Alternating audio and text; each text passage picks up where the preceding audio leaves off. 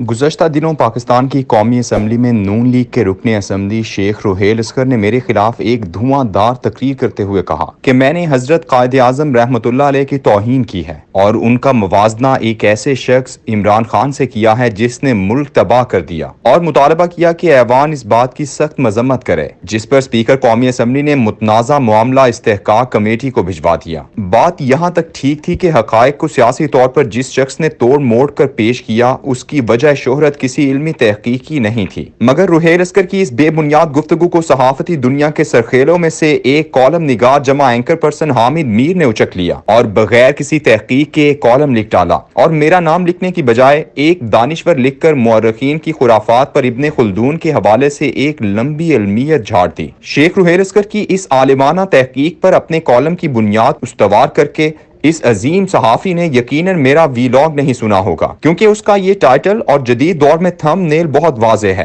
कायद आज़म और इमरान खान के मुखालिफ उलमाए किराम। ये गुफ्तगू आज भी मेरे यूट्यूब चैनल पर मौजूद है। इस पूरी गुफ्तगू, जिसका ज़ेली उन्वान था मार्च 1940 से मार्च 2023 तक, इसमें एक तारीखी मवाजना कायद आज़म और इमरान खान का नहीं बल्कि उन उलमाए किराम का किया गया है जो कायद आज़म के दौर से लेकर आज तक पाकिस्तान के हर मकबूल रहनुमा के खिलाफ बेबुनियाद इल्जामात और जाती जिंदगी की बुनियाद पर घटिया बहतान तराशी करते चले आ रहे हैं। इन उलमाए किराम के गिरोह की कायद आज़म के बारे में गलीज इल्जामात की नौयत मुलाहिजा फरमाइए। ये कहते थे कि ये शख्स इस्लामी रियासत मदीना कायम करने चला है, लेकिन इसकी अपनी बेटी ने एक पारसी से शादी की है। इसकी अपनी अखलाकियात का ये आलम है कि इसने अपने से कई साल छोटी और पारसी दोस्त की बेटी से शादी की है। और मजलिस अहरार के मौलाना मजहर अली अजहर ने तो भरे जलसे में ये शेर तक पढ़ा, एक काफिरा औरत के लिए दीन को छोड़ा, ये कायद आज़म है कि है काफिर आज़म। अंग्रेजी लिबास पहनने, कुत्ते पालने, शराब पीने और सुअर का गोश्त खाने जैसे बेबुनियाद इल्जामात लगाए गए और कहा गया कि जो शख्स अपने 6 फीट के कद पर इस्लाम नाफिज नहीं कर सका वो मुल्क में इस्लाम कैसे नाफिज करेगा। तमाम कांग्रेसी उलमा कायद आज़म को बरतानिया के एजेंट बताते थे, चूंकि उस वक्त तक अमरीका इस कदर अहम नहीं था और इसराइल तो अभी बना ही नहीं, वरना ये उलमा इमरान की तरह कायद आज़म को यहूदी और इसराइली एजेंट जरूर कहते। ठंडे दिल से गौर कीजिए कि क्या हमारे उलमाए किराम ने ऐसे तमाम इल्जामात पाकिस्तान के हर मकबूल सियासी रहनुमा पर नहीं लगाए। शेख मुजीब और जुल्फिकार अली भुट्टो दोनों की शख्सियात भी ऐसे ही बेहुदा इल्जामात की जद में आई, और क्या आज इमरान खान के खिलाफ निजी जिंदगी के हवाले से वैसे ही घटिया इल्जामात नहीं लगाए जा रहे जैसे 75 साल पहले कायद आज़म पर लगाए जाते थे। अपनी इस गुफ्तगू के दौरान सिर्फ अददी अक्सरियत का हवाला देते हुए मैंने कहा था कि सूबा सरहद में कायद आज़म की मुस्लिम लीग हार गई थी और वहां कांग्रेस के डॉक्टर खान साहब की हुकूमत थी। इस एक फिक्रे को रुहेल अस्कर और फिर हामिद मीर ने पकड़कर ये अफसाना तराशा। गुफ्तगू के आखिर में मैंने ये कहा था कि काश ये उलमा उस वक्त कायद आज़म का साथ देते तो पाकिस्तान यकीनन वैसी ही इस्लामी फलाही रियासत बन सकता जैसी कायद आज़म चाहते थे। आज ये उलमा एक बार फिर गलती को दोहरा रहे हैं। पाकिस्तान की 75 साल तारीख में इतनी बड़ी अवामी सतह पर पाकिस्तान का मतलब क्या, ला इलाहा इल्लल्लाह का नारा कभी नहीं गूंजा और अवाम की अक्सरियत जिससे कभी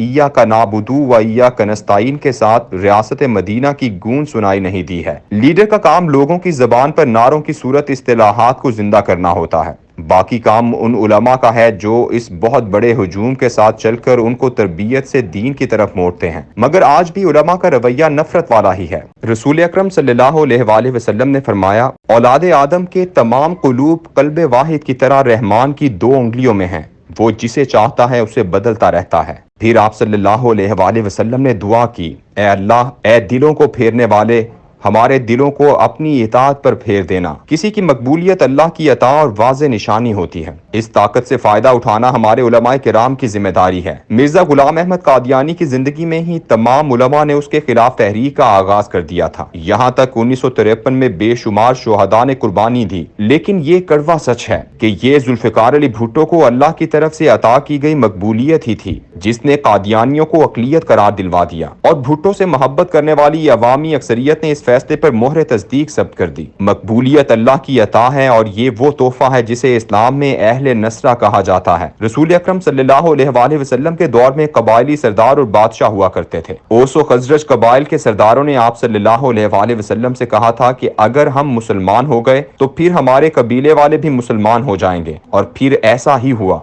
जिससे अव्वलीन रियासत मदीना कायम हुई। यही वजह है कि नबी करीम सल्लल्लाहु अलैहि वसल्लम ने अपनी जिंदगी में कोई एक भी تبلیغی وفد روانہ نہیں کیا بلکہ اپنے ارد گرد موجود سلطنتوں کے کافر بادشاہوں کو خطوط لکھے تھے۔ یہ ایک تاریخی حقیقت ہے کہ بادشاہ جو دین یا روش اختیار کرتا ہے لوگ بھی اس میں ڈھل جاتے ہیں۔ اس سے بڑی تاریخی سچائی اور کیا ہوگی کہ اپنے زمانے کی عالمی طاقت روم کے بادشاہ کانسٹنٹائن نے جب 28 اکتوبر 312 میں مشہور جنگ میلوین برج کی فتح کے بعد عیسائیت اختیار کی تو اس کے زیر نگین تمام علاقوں کا مذہب بھی عیسائیت ہو گیا۔ اقتدار، قوت، طاقت اور مقبولیت سب اللہ کے مظاہر ہیں۔ اللہ فرماتا ہے، آپ کہہ دیجئے اے اللہ، اے تمام جہانوں کے مالک، تو جسے چاہے بادشاہی دے اور جس سے چاہے سلطنت چھین لے، اور تو جسے چاہے عزت دے اور جسے چاہے ذلت دے۔ طاقت و قوت کا جدید دور میں ایک مظہر مقبولیت بھی ہے، کیونکہ آج مروجہ جمہوری دور میں اسی کے ذریعے اقتدار حاصل کیا جاتا ہے۔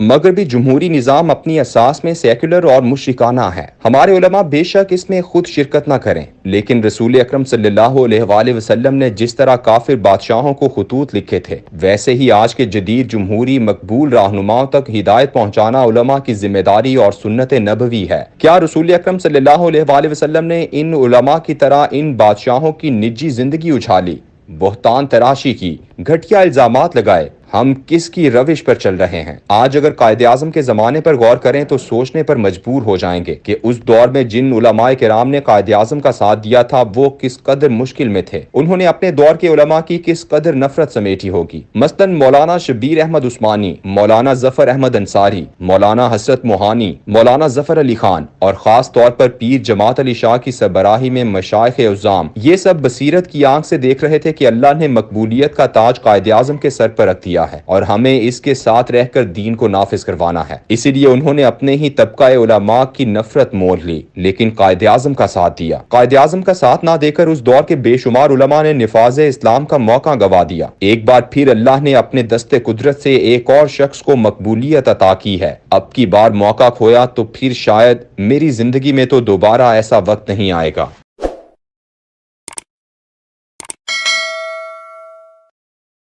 نواز نے لانچ کیا باقاعدہ مفتاح اسماعیل کے خلاف، کس کو؟ اسحاق ڈار کو۔ آپ کو اس ملک کے اندر کھلواڑ کرنے کی سزا ملنے والی ہے۔ اس قوم نے اٹھ کر یہ ثابت کیا، 75 سالوں کی ذلت اور رسوائی کا داغ دھونے نکلے۔